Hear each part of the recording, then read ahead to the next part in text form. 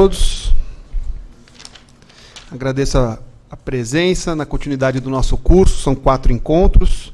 Hoje o nosso segundo encontro em Direito, Política e Literatura, com os temas Hobbes e Nietzsche, Natureza Humana, Sociedade e Estado Totalitários, com o professor Camilo Caldas, e O Cavaleiro Inexistente, obra de Ítalo Calvino.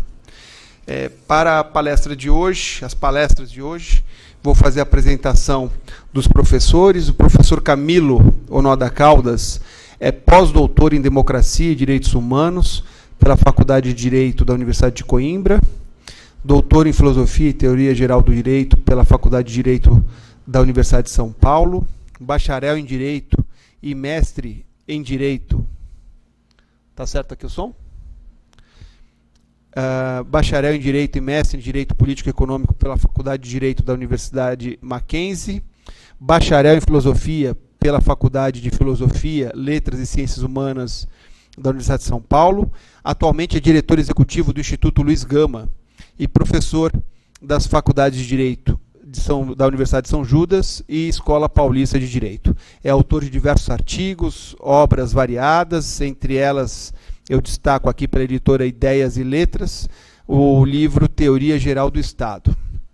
A professora Roberta Barni, que falará depois na sequência, é graduada em Direção Teatral pela Escola de Comunicação e Artes, ECA, da Universidade de São Paulo.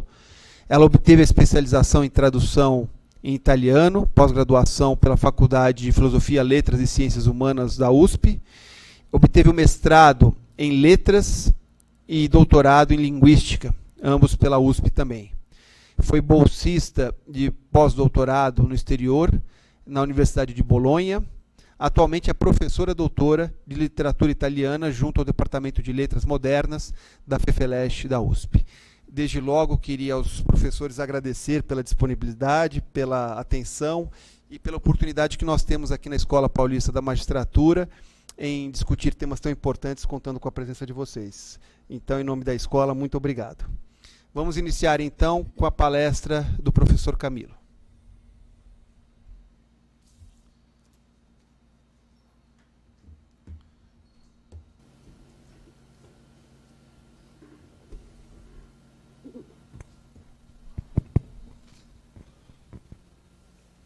Bom dia a todas e todos. Agradeço muito o convite novamente do excelentíssimo professor Luiz Manuel e também agradeço ao professor Paulo Magalhães pela oportunidade de estar aqui em mais uma manhã falando na Escola Paulista de Magistratura a todo o público, a quem cumprimento igualmente, cumprimento também a professora aqui dividindo a bancada nessa manhã e espero na minha apresentação, acima de tudo, conseguir fazer aquilo que nós esperamos da filosofia, que é justamente incitar e provocar a nossa reflexão. Então agradeço imensamente a todos que dispuseram o seu tempo para estar aqui nessa manhã, assistindo a essa palestra, que faz parte de um conjunto de apresentações, com um núcleo temático que é falar sobre política, sobre Estado, sobre arte e literatura. Muito bem. A mim coube uma exposição que vai tratar a respeito de 2 pensadores bastante conhecidos, e me parece que no reenquadramento aqui os dados ali do Nietzsche acabaram ficando cortados, mas eu leio para vocês. Me disseram que o meu PowerPoint estava largo demais para a tela, aí nesse estreitar teve uma sobreposição. Enfim, o fato é que são 2 pensadores bastante conhecidos pelas suas ideias no campo da filosofia, no campo do direito, do Estado, da arte, enfim, em várias áreas do conhecimento. E, evidentemente, numa apresentação bastante breve a respeito desses pensadores, eu vou ter que selecionar algum aspecto destes pensadores a ser aqui desenvolvido. E justamente o núcleo comum que foi proposto é falar a respeito dessa ideia de natureza humana e a sua relação com a sociedade civil, e não apenas com o Estado, mas com uma forma particular de Estado, que seriam os Estados totalitários. Para que a gente possa compreender bem um determinado autor, é necessário um passo preliminar que consiste justamente em entender o método a partir do qual cada um quer desenvolver as suas ideias. Eu considero isso essencial, porque uma vez compreendido isso, se facilita muito o estudo mais aprofundado de cada um desses pensadores. Então, eu destaquei aqui inicialmente esse aspecto que diz respeito ao modo como cada um vai produzir as suas teorias, as suas ideias a respeito da política, da filosofia, do Estado e assim por diante. E por um acaso, não sei se intencional, colocaram Hobbes e Nietzsche juntos, eles têm métodos, meios para se pensar a filosofia e a política que são diametralmente opostos.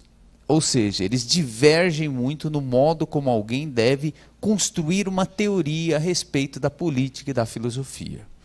Se de um lado nós podemos dizer que o Hobbes é claramente um pensador cartesiano, o Nietzsche é um pensador que se opõe a essa forma cartesiana de pensamento. E nós vamos observar isso entendendo qual é a proposta que o Hobbes faz para explicar a dinâmica de funcionamento do Estado. E aqui é importante observar o seguinte: no caso do Hobbes, vocês vão ver que ele vai partir de uma base filosófica, epistemológica, cartesiana, e essa preocupação dele, aí já falando do Descartes, essa preocupação, ela é uma preocupação comum a todos aqueles que são estudiosos da filosofia e dos seus temas correlatos. Porque vejam o seguinte, eu sei que a maior parte do público aqui é oriundo da área do direito, nem todo mundo aqui é do direito, mas a maior parte é da área do direito. E no direito, as pessoas já ficam um pouco incomodadas com o fato de que, diante da legislação, nós temos várias possibilidades de decisão, de interpretação. Tem professores aqui também, né? Professor se depara com essa situação, dá uma explicação, diz, ó, tem uma corrente que pensa assim, tem uma corrente que pensa diverso, e o sujeito, o aluno diz, tá, professor, mas qual que é a certa? Percebem? A pessoa tem uma inclinação de não querer aceitar essa diversidade de entendimentos. Deve ter um que está certo e um que está errado. Se no direito, onde a gente tem lei, tem norma orientando a decisão, você já tem essa variabilidade, ela já produz um certo incômodo nas pessoas, imagine na filosofia, onde você não tem esse referencial dogmático que é a lei, como ponto de partida para você pensar alguma coisa. Pois bem, isso leva à seguinte situação, muito comum na filosofia. As pessoas estudam um filósofo, e aí vamos pensar no Nietzsche, a pessoa lê e fala, nossa, eu entendi desse jeito, o outro sujeito diz, eu entendi de outro. E aí fica aquela discussão. E essa discussão cansa algumas pessoas, porque diz assim, nossa, na filosofia cada um diz uma coisa, então deve estar todo mundo errado, né? Porque um cara fala que o certo é isso, outro fala que é o outro. Então a gente não chega a lugar nenhum. Já ouviram isso, né? A respeito da filosofia. Pois bem, não se sinta sozinho nesse sentimento. Porque justamente o René Descartes é um pensador que tinha essa preocupação, que estava cansado de, na filosofia, as pessoas ficarem discutindo e não chegaram a lugar nenhum. E ele disse, eu vou criar um novo método para a gente fazer filosofia, para fazer ciência, que vai acabar com essas disputas incansáveis. E o Hobbes é o sujeito que, contemporâneo de Descartes, ele vai olhar isso e vai falar, nossa, eu gostei desse método, eu vou usar esse método para escrever sobre política, tema que o próprio Descartes escreveu. Então, observe, o método utilizado pelo Hobbes é um método cartesiano aplicado à política. E para a gente entender esse método e as premissas do método cartesiano muito rapidamente, a gente deve guardar essas duas ideias. O Descartes diz, por que as pessoas ficam debatendo na política, no direito, na filosofia, na medicina, não chega a lugar nenhum? Porque as pessoas partem de ideias muito complexas. E as ideias complexas não permitem as pessoas verificar quem está certo e quem está errado. Então o sujeito diz, sou a favor de Estado totalitário, sou a favor de Estado democrático, sou a favor de um soberano com poderes absolutos, o Hobbes. Você pensa, como é que eu consigo inferir se esse cara está certo ou está errado? Uma ideia complexa como essa do Hobbes, é melhor ter um soberano com poderes absolutos. ninguém vai chegar a lugar nenhum. É mais ou menos, veja, na matemática, como alguém dissesse para você que A ao quadrado mais B ao quadrado é C ao quadrado. A soma do quadrado dos catetos é igual a soma do quadrado da hipotenusa. Alguém falasse, pô, mas isso é falso, isso é verdadeiro, isso não é intuitivo. Então, Descartes diz o seguinte, se a gente discutisse apenas em torno de ideias bem simples, conhecidas intuitivamente, nós não teríamos discussão. Que 2 mais 2 são 4, ninguém discute, porque isso é intuitivo. Aí você diz, tá, mas é fácil fazer ciência com uma ideia simples. Quero ver você chegar numa ideia complexa. Ele diz, é simples. Você tem que pegar várias ideias simples, encadeá-las e ordená-las de um modo a demonstrar uma proposição complexa. E aí, por isso, não por acaso, o Descartes tem esse encanto pela matemática, onde isso é facilmente verificável.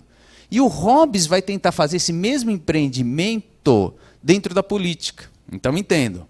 Não é que o Descartes queria falar de matemática. Os livros, o discurso sobre o método, as regras para a direção do espírito, do intelecto, as meditações cartesianas, têm como preocupação criar um sistema a partir do qual qualquer ciência pode se construir. Mas como a vida é curta, né? O Descartes morreu e não conseguiu escrever sobre as outras ciências, mas ele legou o método que vai ser absorvido pelo Hobbes. E aí, para ilustrar isso, eu até falei para o professor que eu ia precisar do Data Show, porque eu preciso ilustrar isso matematicamente. E eu não sou da área da matemática. E alguém já ouviu falar matemática? A maior parte das pessoas aqui é de humanas já falou, pronto, ferrou, né? Porque eu não gosto de matemática. Se eu gostasse, tinha feito engenharia. Mas observe como a matemática ela começa assim, com ideias simples e intuitivas, com os axiomas, né? Que não carecem de uma demonstração. Chega um professor e fala assim, isso é um ponto. Você fala, nossa, eu adoro matemática. Isso é um outro ponto. Puxa vida, é tão fácil, ponto, ponto. Aí alguém diz, sobre 2 pontos só passa uma reta. Você fala, nossa, amo matemática. 2 retas paralelas não se cruzam. Tudo intuitivo, estão percebendo? Não precisa demonstrar a verdade disso. Até aqui a gente gostava de matemática. Aí vem o professor e fala, uma reta cruza a outra, forma um ângulo. Aquele ângulo que está ali em cima é igual a esse ângulo que está aqui embaixo. Olha que delícia que é a matemática. Se é paralelo, óbvio que é igual. Tudo intuitivo, não precisa demonstrar isso.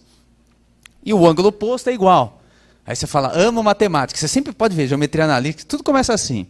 Aí vem um professor disse, é um triângulo, tem 3 ângulos. Você, nossa, como matemática fácil. Isso é um círculo, tem 360 graus. Meio círculo tem 180. Tá tudo bem.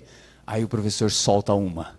A soma dos ângulos internos do triângulo é 180.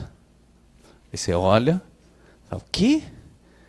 Ele diz, soma os 3 ângulos aqui de dentro, vai dar 180. Você já não gosta mais de matemática. Porque isso não é intuitivo.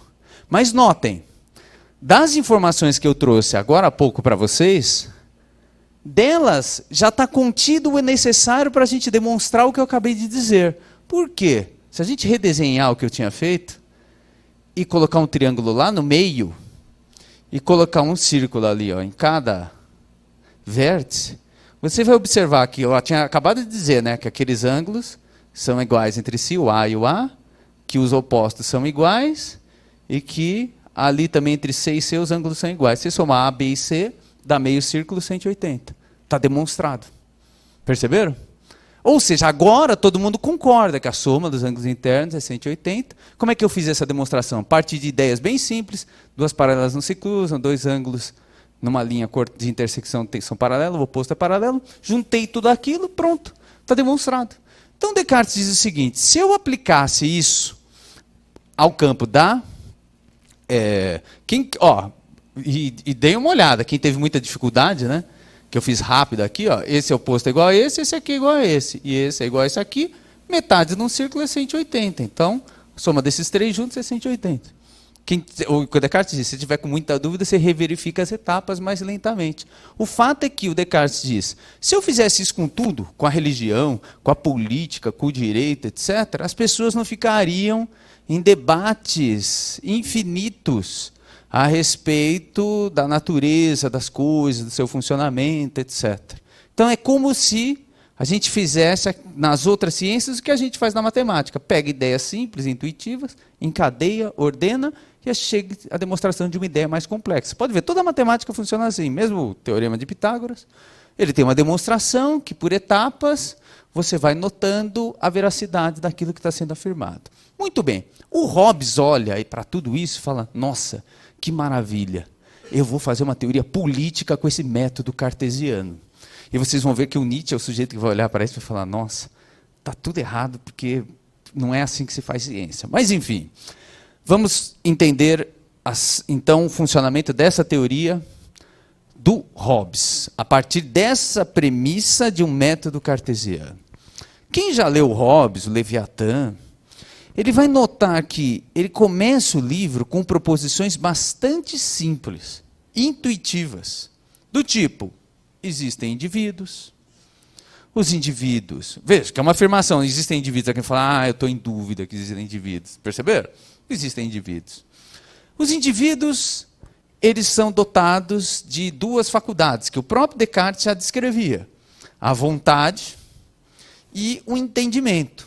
Está já no Descartes, tem uma originalidade no Hobbes. E vocês vão ver como essas duas categorias vão ser essenciais para ele falar de contrato depois. Mas quem é do direito já consegue intuir, né? Vícios do negócio jurídico incidem sobre o quê? São problemas sobre a vontade ou sobre o entendimento. Ou seja, o contrato pressupõe um sujeito agindo com livre vontade, com entendimento sobre o que está fazendo, né? Tanto que o erro, coação, dolo, etc., envolvem essas faculdades humanas. Pois bem, então o indivíduo tem entendimento, tem vontade. O indivíduo age de que modo? Age para se autopreservar, essa é a tendência natural do indivíduo. Não fosse assim, então logo o indivíduo fosse capaz de se movimentar, andar, ele ia se suicidar, ele ia se matar. É o contrário. Os seres humanos repelem a morte, procuram evitar morrer. Esse é um impulso natural que o ser humano tem, da autopreservação. Então vejam, como Hobbes, ele vai tentando partir de ideias bem simples, e ele vai tentar encadear para chegar à fundamentação de uma ideia bastante complexa, que é, já sabemos, o soberano tem que ter poderes absolutos. O John Locke, o Rousseau, o Kant, gente, em nada vai ser diferente. Nada. Todos eles vão seguir essas mesmas premissas cartesianas. Onde é que isso vai mudar? Não é que o Kant é um cartesiano puro, obviamente não, ele tem suas críticas ao pensamento cartesiano. O que eu quero dizer é que, em grande medida, isso não vai se alterar. Onde é que isso se altera em grande medida? Por exemplo, num pensador como Nietzsche. Mas eu vou chegar lá. Então vejam, o Hobbes é um autor que, partindo desse exame sobre as características do indivíduo, vai dizer, o indivíduo quer se autopreservar, ele vai usar da sua liberdade, dessa liberdade natural que ele tem para a sua autopreservação. Só que os outros indivíduos também vão fazer isso. Em algum momento, esse meu exercício da liberdade vai entrar em conflito com o exercício da liberdade do outro, porque eu quero me apossar de alguma coisa, o sujeito também quer, e a gente vai entrar num conflito. E mais, eu consigo antever que eu vou entrar no conflito, porque eu consigo imaginar, pô, fulano quer pegar tal coisa, pô, eu também quero, pô, daquele cara sabe que eu quero, então ele vai vir aqui me matar. Pô, quando ele vem me matar, vai me matar amanhã, putz, então acho que eu vou lá matar ele hoje. Aí eu outro pensando, acho que o cara vai me matar hoje, eu vou agora de manhã. Ou seja, o ser humano, temendo a ação, o exercício da liberdade do outro, ele vai procurar justamente uma forma de solução desse problema, porque o ser humano é racional, ele consegue pensar, bom, será que tem um jeito de evitar isso? Observem, portanto, que quando Hobbes chega àquela conclusão de que existe no estado, naquilo que ele chama de estado de natureza, esse estado pré-social, um conflito entre as pessoas, ele vai atribuir isso justamente a essas características intrínsecas do indivíduo, que vai usar da sua liberdade para a autopreservação, que vai temer a ação do outro, e o Hobbes vai dizer, ninguém consegue se garantir em relação ao outro com a sua própria força, porque mesmo um sujeito que é mais fraco pode derrotar um sujeito que é mais forte, basta ele reunir um grupo, basta pegar um sujeito à traição, né? Ou seja, o sujeito não dispõe individualmente de força suficiente para se proteger, teme aquele outro e isso gera um estado de natureza onde é uma guerra generalizada. Daí aquela ideia bastante conhecida, né, do Hobbes, de que o homem é o lobo do homem, o fato de que você tem um conflito entre os seres humanos que seria inerente nesse estado de natureza. E aí o Hobbes pensa, bom, mas o ser humano ele é dotado de uma capacidade intelectual para resolver esse conflito. E como é que ele poderia resolver? Se houvesse alguém com mais poder que qualquer indivíduo para solucionar esses conflitos. Ou seja, se houvesse um Estado soberano. Então, diz o Hobbes, o ser humano, como ele é livre e racional, ele vai decidir, por meio de um contrato, estabelecer um soberano com poderes para colocar fim a esse conflito. E aí, como nós sabemos, na fórmula do Hobbes, só vai funcionar, no entendimento dele, se o indivíduo abrir mão integralmente da sua liberdade.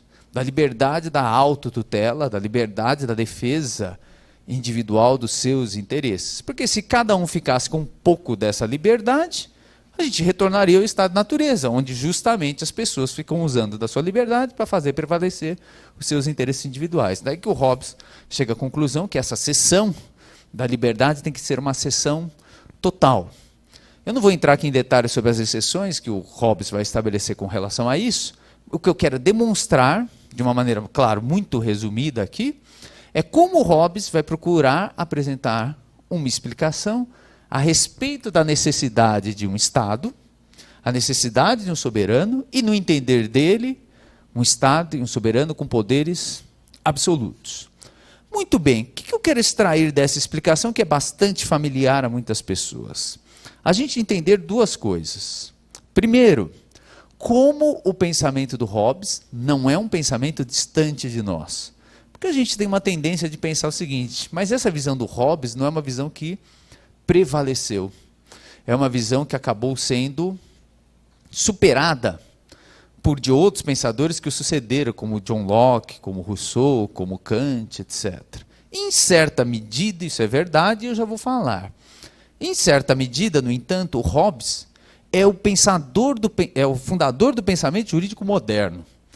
Como diz o Michel Villey, numa obra que se chama, justamente, essa fundação do pensamento jurídico moderno, no qual ele vai tratar a respeito disso. No qual ele diz o seguinte, o Hobbes, primeiro, ele rompeu com uma tradição de pensamento que existia anteriormente, uma ruptura metodológica. Qual que é o método que as pessoas utilizavam antes? Aquele método aristotélico prudencial. Até o Maquiavel esse método ainda é usado, no Hobbes não é mais. Por isso que o Hobbes é um pensador da modernidade e o Maquiavel, sob o aspecto epistemológico, sob o aspecto da teoria da ciência, não é um pensador moderno. Porque o Maquiavel ainda é um pensador que usa um método não cartesiano, um método prudencial aristotélico. Quem já leu as obras do Maquiavel nota isso. É uma obra que fica toda hora citando o que as pessoas fizeram lá no passado, que deu certo e que deu errado, não é? Tanto que é difícil ler a obra, você tem que ficar olhando nota de rodapé para quem é aquele cara que fez tal coisa. Tanto que os comentários sobre as 2 primeiras décadas de Tito Livio, que é a principal obra do Maquiavel, não a mais famosa, mas a principal, é justamente uma obra para comentar esses 10 primeiros livros, né, do Tito Livio, que é um historiador, e falar, olha, na política, o que dá certo e errado é isso. Como é que eu sei? Pela experiência. Então, método prudencial. Vai pela prudência. Alguém já fez isso no passado, deu certo. Alguém fez o contrário, deu errado. Perceberam? Que é o método prudencial. Isso, o Descartes, é uma coisa que ele rejeita completamente. Ele diz, prudência até os animais têm. Cachorro tem. Cachorro tenta entrar num lugar escorraçado. Tenta entrar no escorraçado, terceira vez não tenta. Cachorro, os animais não humanos usam da prudência para obter o conhecimento. Descartes diz, nossa, tudo errado isso. Porque a prudência, no entendimento do Descartes, só produz um conhecimento provável. E o conhecimento provável é a causa das infinitas discussões na filosofia. Provavelmente eu estou certo, provavelmente você também, a gente não chega a lugar nenhum. Agora, o triângulo, não é provável que ele tenha 180 graus. O Descartes diz, ele certamente tem. Ou seja, uma ideia clara e distinta, indubitável. Aí eu não tenho dúvida, provável. Então, eles querem rejeitar esse método prudencial. Não estou dizendo que eles conseguem obter êxito, mas a pretensão é essa, notaram? Então, do Hobbes em diante, esse método aristotélico prudencial ele está descartado, em prol de um outro, que é esse método cartesiano, valorizando a certeza. Notem que isso, em última instância, não vai dar para comentar isso aqui, vai chegar num pensador conhecido nosso, que é o Kelsen. Ele está nessa linha de continuidade. Ainda que o Kelsen seja um neocantiano, ele está nessa linha de continuidade de uma ciência que quer trabalhar a partir da ideia de certeza, e não apenas na ideia do provável. Muito bem. Então, voltando aqui, o Hobbes é o fundador de um pensamento jurídico moderno, tanto nesse sentido de que, metodologicamente, ele vai estabelecer uma forma de pensar que outros pensadores vão utilizar, como ele vai colocar como fundamental a ideia de que só existe Estado, e, consequentemente, só vai existir normas e leis regulando a vida das pessoas se ele tiver uma característica que é a soberania. Claro que isso não é uma originalidade absoluta do Hobbes, que alguém vai dizer, o Baudin já falava disso. O que eu quero dizer é que o Hobbes, ele sistematiza e apresenta uma teoria sobre a necessidade de um poder soberano para regular a vida em sociedade, e essa premissa a humanidade vai ter dificuldade de descartar. Porque, veja, o John Locke não vai dizer que não é necessário um soberano, o Rousseau não vai dizer, porque o Rousseau vai dizer que não é possível retroceder o estado de natureza, ou seja, que agora vamos ter que viver sob a tutela do Estado. O máximo que eles vão dizer, ou vão tentar estabelecer, é um limite para esse poder soberano. Estão notando? Mas não é a negação de um Estado e de um soberano. Eles só vão pensar um determinado limite para isso. Ou seja, a premissa estabelecida pelo Hobbes vai se perpetuar nos pensadores seguintes, do campo da filosofia, da política, do direito. Não estou dizendo que isso fica inatacável, mas estou dizendo que um grande grupo de pensadores vão seguir essa premissa. Então, esse é um aspecto importante. Segundo, é dizer que o Hobbes, ao contrário do que alguns podem supor, não é um pensador que está falando simplesmente para legitimar a autoridade de um rei ou de uma aristocracia, de um grupo, em detrimento aos outros agentes sociais da sua época. Vou esclarecer isso melhor. Vejam que o Hobbes, ele já tem nas suas obras uma preocupação semelhante à do Maquiavel. Qual é? É necessário existir alguém com poder suficiente para evitar os conflitos na sociedade, para mediar e resolver isso daí.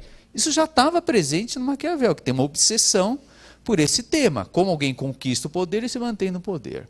E aí, notem que não foi por acaso que eu coloquei a data de nascimento e morte do Hobbes e o local onde ele viveu, que é na Inglaterra.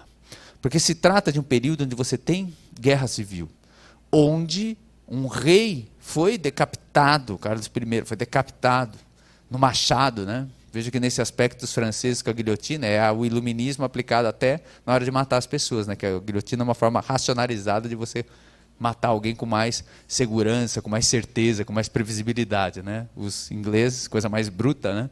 Na machadada. Pois bem, você decapitou um rei, então o Hobbes tem uma preocupação com aquele momento presente de como resolver a guerra civil, de como resolver o conflito. É bom fixar isso, porque às vezes as pessoas fazem uma imagem, né, dos filósofos, o filósofo está lá devaneando e o mundo está aqui. Né? É o contrário.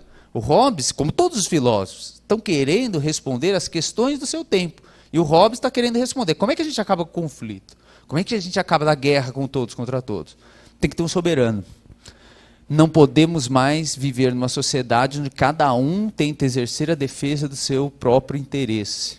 Vejam, o Hobbes, com isso, ele está dizendo algo não apenas para legitimar o poder de um soberano, de um monarca em relação ao povo, mas ele está também direcionando seu discurso à burguesia nascente na Inglaterra. Por quê? Ele está dizendo o seguinte: você não quer ter sua vida preservada? Você não quer ter sua propriedade respeitada? Como é que você consegue isso? Usando o seu exércitozinho particular para fazer valer a força contra o outro? Não. Porque observem, isso vários pensadores posteriores vão explorar. Tem um pensador em particular, do marxismo, muito bom, chamado Pachucanes, que vai explorar bastante a seguinte ideia. Numa economia capitalista, o que o capitalista quer? Ele quer ter segurança, previsibilidade de que os seus negócios, os seus contratos vão ser respeitados. Podem ver, essa ideia, que o Pachucanes vai explorar muito bem nas suas obras, o fato de que o Estado e o direito ajudam à reprodução do capitalismo, é algo que qualquer pessoa, seja marxista ou não, é obrigado a admitir. Ou seja, que o Estado e o direito conferem uma segurança para o funcionamento da economia no capitalismo. Algo que, antes do capitalismo, não era necessário. Você tem um regime de escravidão, precisa de Estado e direito, né? Ganha uma guerra, conquista outro povo, trabalha para mim, tem Estado, não tem direito. Agora, quando eu estou desenvolvendo uma economia mercantil, eu faço um contrato com alguém, ele não cumpre. Eu vou lá com o meu exército. Aí veja o problema. Vou emprestar dinheiro para ele. Será que ele vai me pagar? Eu quero ter segurança, né? Igual banco, né? Emprestar dinheiro para alguém, quero garantias. Aí eu penso, bom, aquele cara tem muito dinheiro, até tem mais dinheiro que eu, então eu vou emprestar, ele vai me pagar, né? Porque ele tem dinheiro. Só que, vejam, sem Estado e sem direito. Só que justamente se ele tem mais dinheiro que eu, ele tem um exército maior que o meu. Como é que eu vou executar a dívida se ele não pagar? Notaram? Então o Hobbes está dizendo o seguinte: você quer que seu contrato seja respeitado? Você quer que sua propriedade seja respeitada? É necessário o quê? Um Estado com mais poder que todos. Então as pessoas precisam abrir mão dos seus exércitos, das suas armas, para que o Estado exerça o monopólio da jurisdição e da força. Tanto que vejam, eu sempre gosto de usar esse exemplo. Quando o Japão sai do mundo feudal e entra no mundo do capitalismo, qual é a primeira lei que vão baixar lá? O samurai está banido. Ninguém pode mais portar espada, porque as armas, o poder, agora está na mão do Estado. Ou seja, o Hobbes é o sujeito que já antecipa essa questão. E já diz, o que as pessoas querem? Querem viver com segurança, querem ter a sua propriedade respeitada, querem ter o seu contrato respeitado? Sabe o que você precisa? Precisa de um soberano. Senão, a todo momento, cada um querendo usar da sua força, do seu exército para dispor, a dinâmica dessa vida, de um mundo emergindo dentro de uma realidade capitalista, não vai se reproduzir. E vejam como, portanto, o Hobbes apresenta uma solução que é monopólio da jurisdição, monopólio da força, que vai ser reproduzida continuamente pelos outros pensadores da política e da filosofia.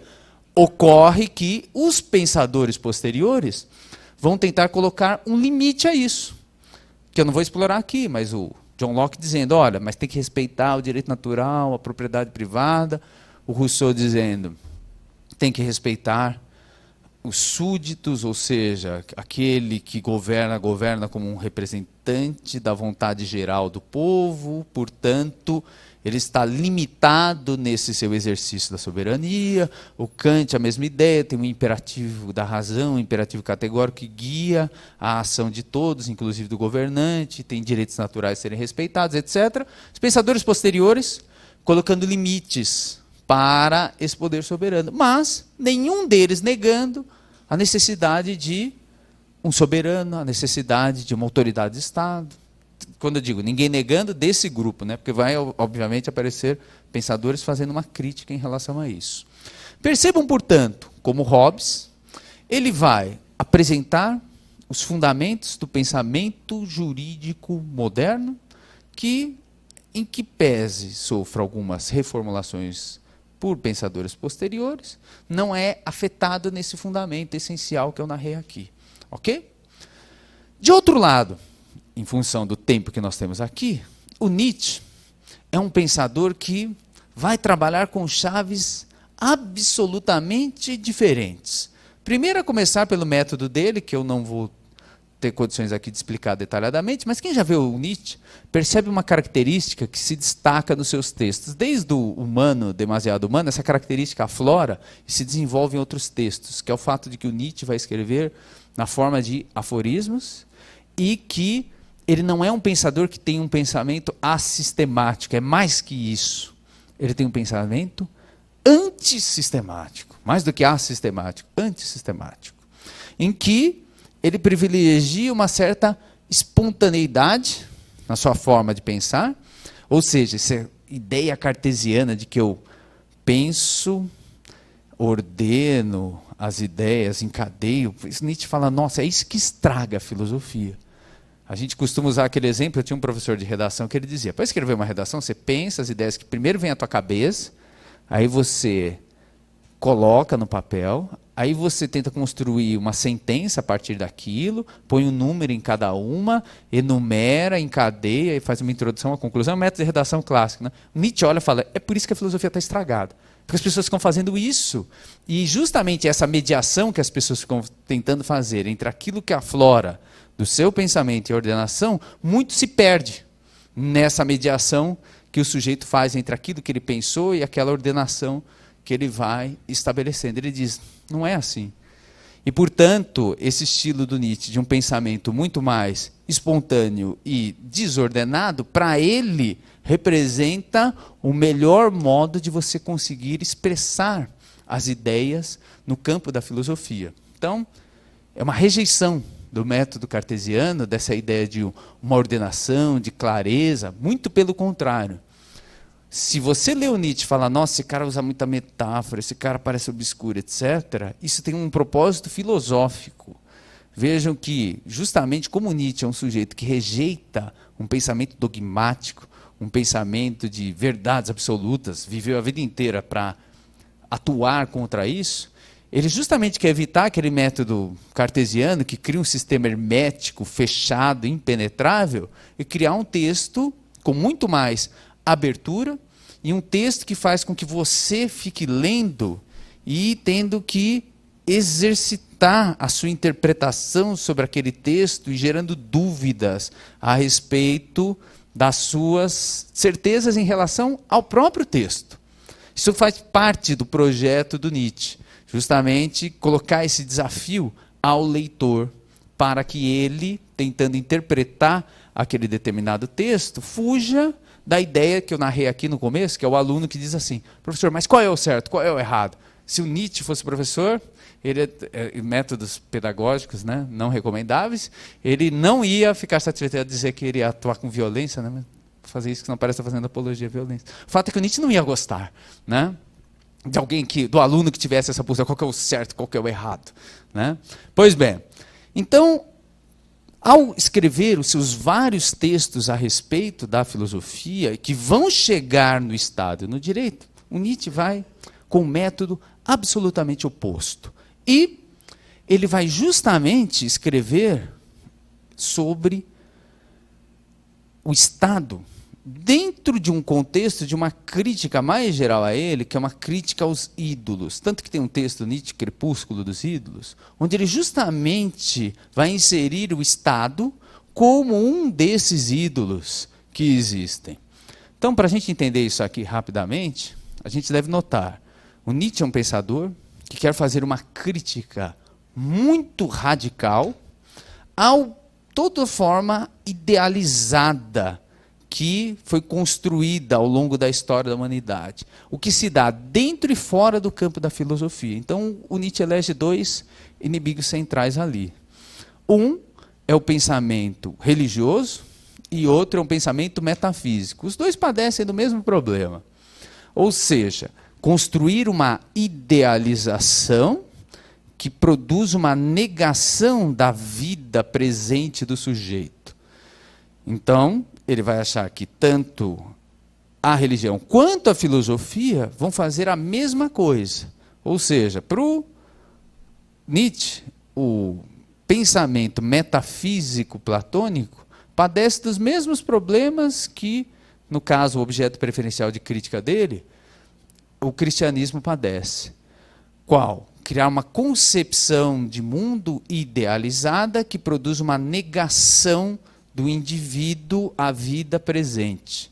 Então, por conta de uma projeção desse futuro idealizado, o sujeito nega tudo aquilo que ele teria de potencial a ser desenvolvido aqui na vida presente.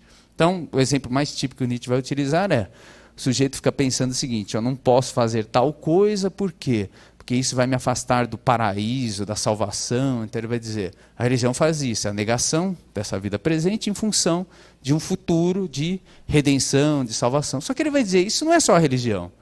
Isso o platonismo também faz. Tanto que o Nietzsche tem uma frase famosa e bastante provocativa, que ele diz que o cristianismo é uma espécie de platonismo popular. Ou seja, é platonismo para o povo. Ele fala, é tudo a mesma coisa. Só que É uma versão metafísica sem religiosidade. Então, mas é o mesmo projeto. O sujeito, a virtude, a moral, tem que agir em função disso daí, fazendo uma negação do presente. É a mesma chave. Isso para deixar claro, por que eu gosto de falar que o Nietzsche fala da religião, fala da filosofia? Que o problema para o Nietzsche não é nem propriamente a religião, nem propriamente a filosofia, estão entendendo? Ele está dizendo, o problema é essa negação que a pessoa faz da vida presente em função dessa idealidade, que pode se dar na religião ou não, entenderam? Então ele diz, pode ser de uma forma religiosa, de uma forma não religiosa. Pois bem, só que, e portanto, quando ele vai falar do crepúsculo dos ídolos, é que ele vai dizer que existe justamente uma crítica, ou uma decadência, um obscurecimento dessa visão. Ou seja, que a humanidade estaria tentando, conseguindo abandonar esse tipo de visão. Ele está propondo que se abandone, etc. Pois bem, eu não vou explorar muito isso daí, porque eu já quero chegar logo no Estado, que, assim falava Zaratustra, Nietzsche vai falar especificamente a respeito do Estado, como um novo ídolo. E aí ele vai dizer uma coisa que os pensadores anteriores do contrato social ficariam chocados. Qual é? Ele diria o seguinte, olha, essa ideia de que o Estado, ele é o povo, é pura enganação, pura balela. É mais uma idealidade que é vendida às pessoas. Ou seja, estão notando? O problema do Nietzsche não é com a religião em si, ou com a filosofia em si, porque ele olha para o Estado e fala, está aí mais um ídolo, está aí mais uma idealidade que guia as pessoas e priva as pessoas de alcançarem o máximo das suas potencialidades. Porque o sujeito pensa o seguinte, o que é o Estado? O Estado é aquele que somos nós, o Estado é o povo. Então, por que eu não posso fazer tal coisa? Porque o Estado diz que não pode. E por que o Estado é legítimo? Porque o Estado é o povo, é a vontade de todos. Então tem que respeitar a vontade de todos, tem que respeitar o Estado.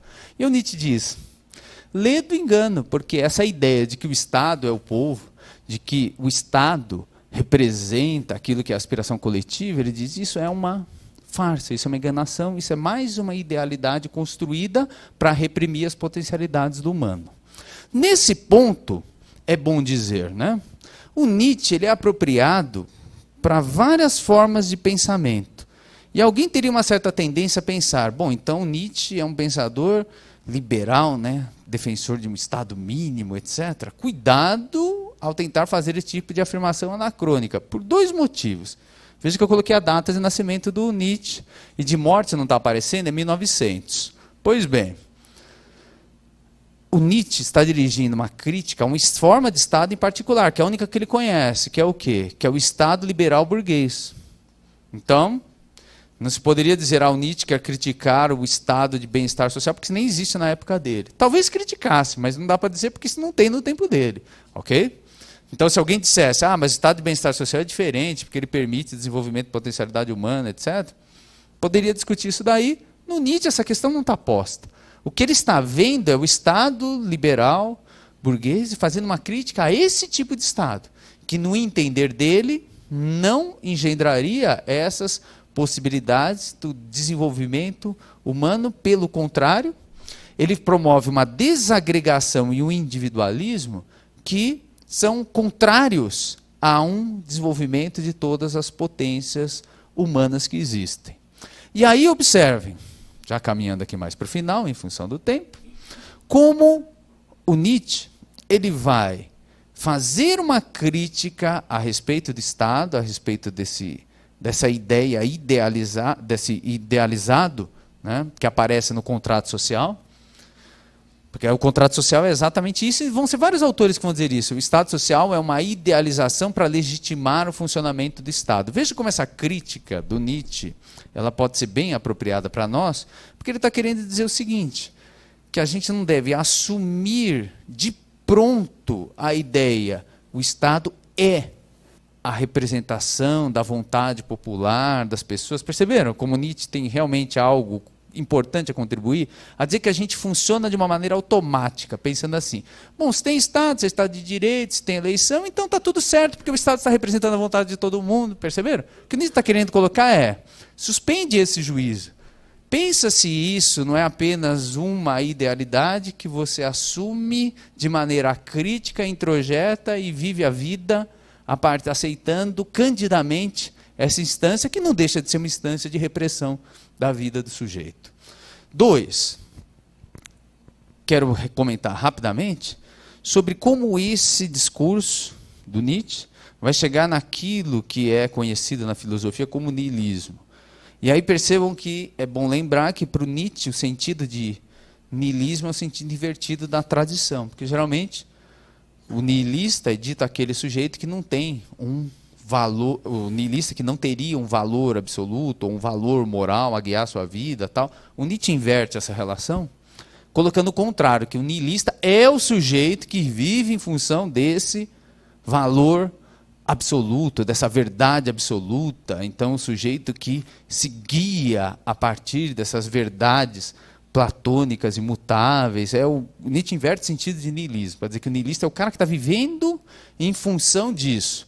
Pois bem, e aí vamos notar o seguinte, se existe um certo apreço no presente para a filosofia do Nietzsche, é curioso que ele não se dá por razões filosóficas, mas ele se dá por razões materiais. Eu vou tentar esclarecer isso.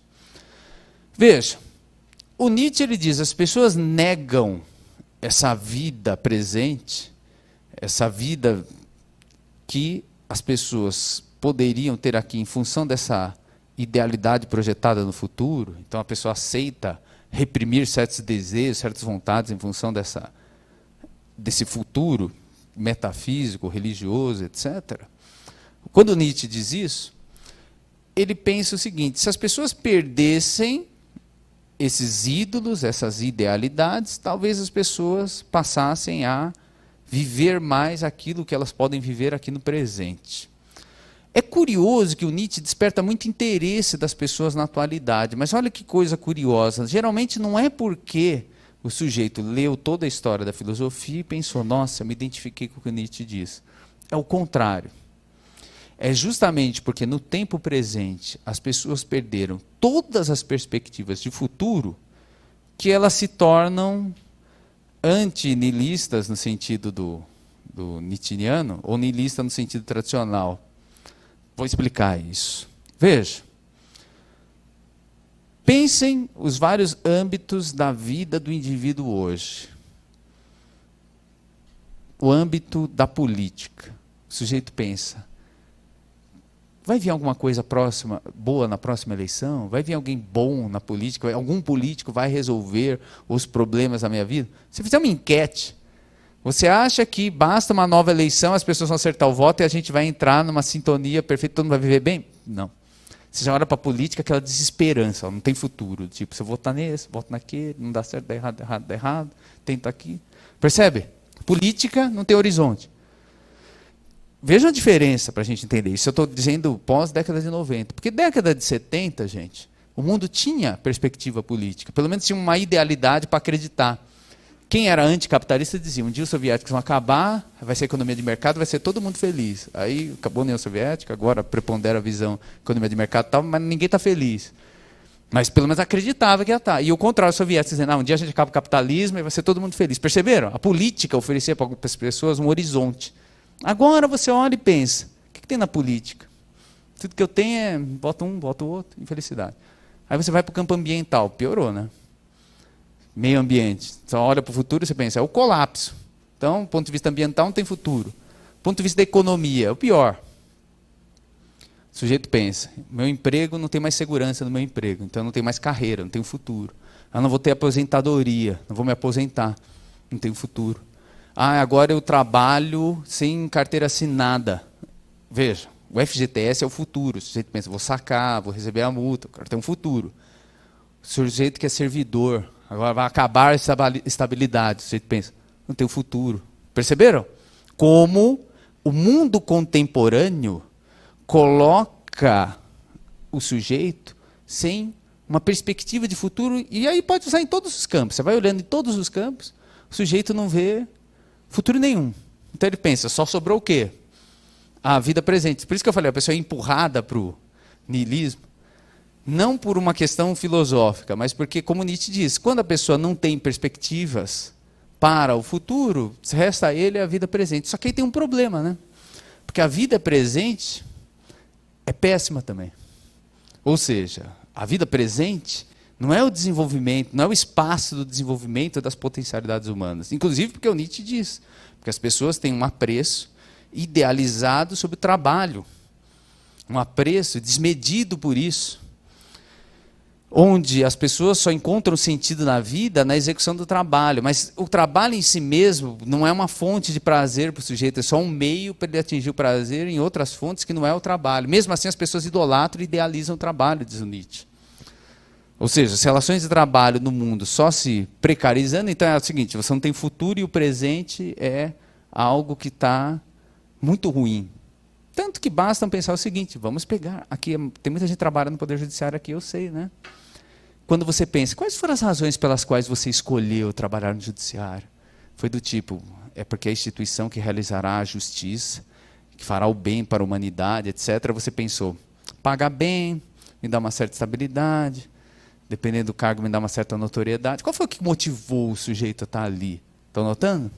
Mas não precisa ser só o sujeito que trabalha no Judiciário, gente. Pode ir em várias outras carreiras, várias outras profissões. O que levou o sujeito a estar naquele lugar? Está exercendo aquela função? Será que foi mesmo o sujeito pensar, nossa, vou ter muito prazer executando aquela função, ou foi alguma outra coisa que não é?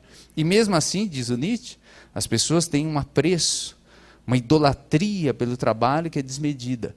Tanto que até as coisas mais banais da vida, que a pessoa podia fruir e gozar sem sentimento de culpa, viram motivo de culpa. O Nietzsche tem uma frase muito emblemática. Isso é século XIX. Ele dizia, um dia um sujeito vai estar andando pelo campo e vai ser interpelado por um outro a respeito do que ele está fazendo. Aí ele vai dizer, não, eu estou cuidando da minha saúde. Isso aqui é para eu ficar mais saudável. O Nietzsche disse, isso é mentira. A pessoa está andando no campo, sabe por quê? Porque é legal, porque é gostoso, porque é bom não fazer nada. Mas você não consegue venerar o ócio. Você não consegue dizer, gente, sabe o que é bom? O bom é ficar à toa. O bom é não fazer nada. Eu gosto do Paul Lafargue, o genro do Marx, é o direito à preguiça. Eu quero postar no Instagram, não estou fazendo nada. A pessoa tem um sentimento de culpa. Tanto que ela diz, ela é surpreendida andando, é isso que o Nietzsche diz. Ele justifica, não, é saúde, para trabalhar melhor. Você tirar férias, você diz, eu mereço. Então você está dizendo o seguinte, eu mereço porque eu trabalhei, porque se não tivesse trabalhado eu não podia ficar no ócio. Estão percebendo? Ou, vejam, isso vai para tudo na vida. Você não diz assim, tem um filho, né? Está ali. Pô, filho, você não faz nada, você fica aí o dia inteiro não fazendo nada. O filho devia virar pai e falar, que bom, né, pai, que nessa época eu ainda consigo ficar no ócio, porque daqui a pouco eu estou ferrado, igual você que tem que ficar trabalhando o tempo todo. Deixa eu ficar aqui, porque o ócio é uma maravilha, não é? Estou usufruindo desse momento da vida que eu me permito isso. Então, o Nietzsche diz, as pessoas não conseguem admitir isso como os antigos conseguiam. Tanto que o negócio, a negação do ócio é a pior coisa que tinha na vida do sujeito. Agora é o contrário. É a idolatria do negócio, né? Do empreendedorismo, da atividade laboral. Então ele diz, o Nietzsche, as pessoas criaram uma relação com o trabalho que é uma relação nociva. E não é só o trabalho, você pode transpor isso para qualquer coisa, no caso do Nietzsche. Você pensa em esporte, né? Que o Nietzsche achava maravilhoso, os antigos, o esporte, a disputa. Agora o que é o esporte? Você fala, a criança tem que fazer esporte para ficar longe das drogas. Que o esporte é bom porque disciplina a criança. Perceberam? Não é assim, o esporte é bom porque se diverte. Fim. Notaram? Podia ser isso. O esporte é bom porque é legal fazer o esporte. Não, tem que ter uma funcionalidade moral, tem que ter uma funcionalidade social, tem que ter uma funcionalidade disciplinante. Então, o Nietzsche é um cara que quer se opor a esse tipo de forma de pensamento. Só que, como eu falei, o niilismo chegou para as pessoas de contrabando, né? Como a vida não oferece o futuro, a pessoa pensa, só tenho a vida presente, como a vida presente do sujeito também é uma desgraça, porque ele está preso, mesmo assim, a um mundo onde essas potencialidades delas não são desenvolvidas, você percebe que a gente chegou, as pessoas leem, né, gostam, apreciam Nietzsche, etc., como eu falei, são levadas mais por uma condição material do que filosófica. Estão levadas a pensar como o Nietzsche desenhava. E, por último, eu quero destacar uma ideia que o Nietzsche tem a respeito do rebanho ressentido, que age a partir do ressentimento. Porque isso também faz parte da nossa sociedade contemporânea, que é a seguinte.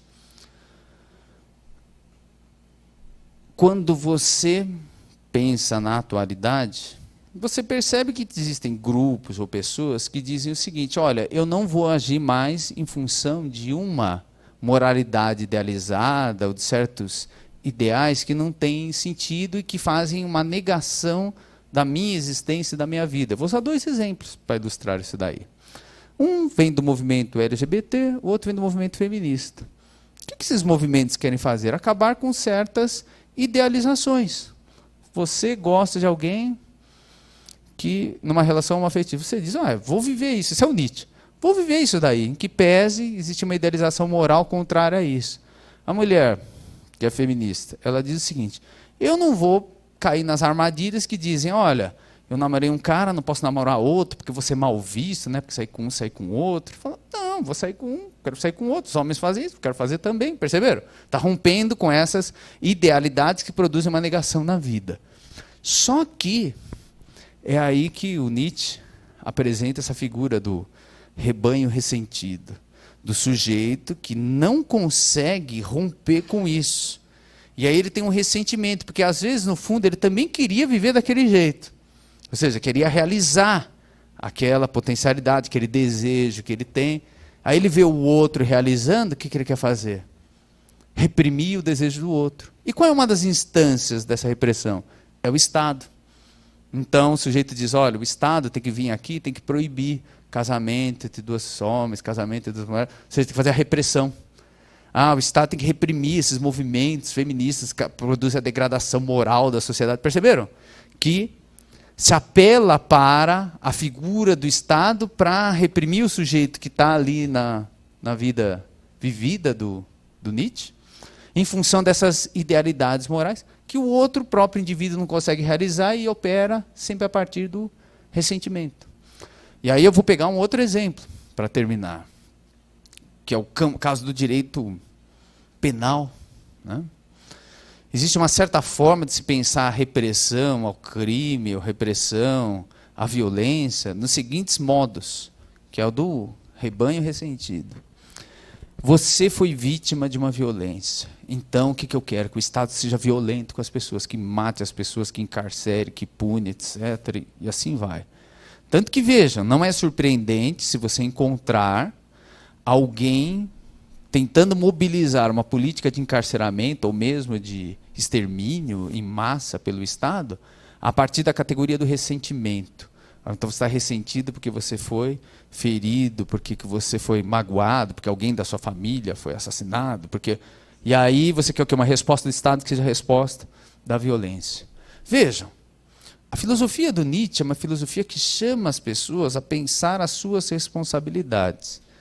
E a ideia de que a violência existente na sociedade é um produto da ação do indivíduo e da sociedade, ao contrário do que alguns supõem, não é uma filosofia da ausência da responsabilidade. Vou tentar esclarecer isso. Quando alguém diz o seguinte: se alguém cometeu um delito, ele o fez porque quis, ele o fez e ele é responsável pelo que fez, isso tem uma certa verdade. Porque, obviamente, se o sujeito cometeu aquilo, se ele não é inimputável, é porque ele quis fazer aquilo. E aí vem a seguinte ideia: quando eu digo que ele o fez por certas circunstâncias da sociedade, as pessoas dizem assim, algumas pessoas dizem, eu estou tentando desresponsabilizar o indivíduo. Não, gente, não é isso.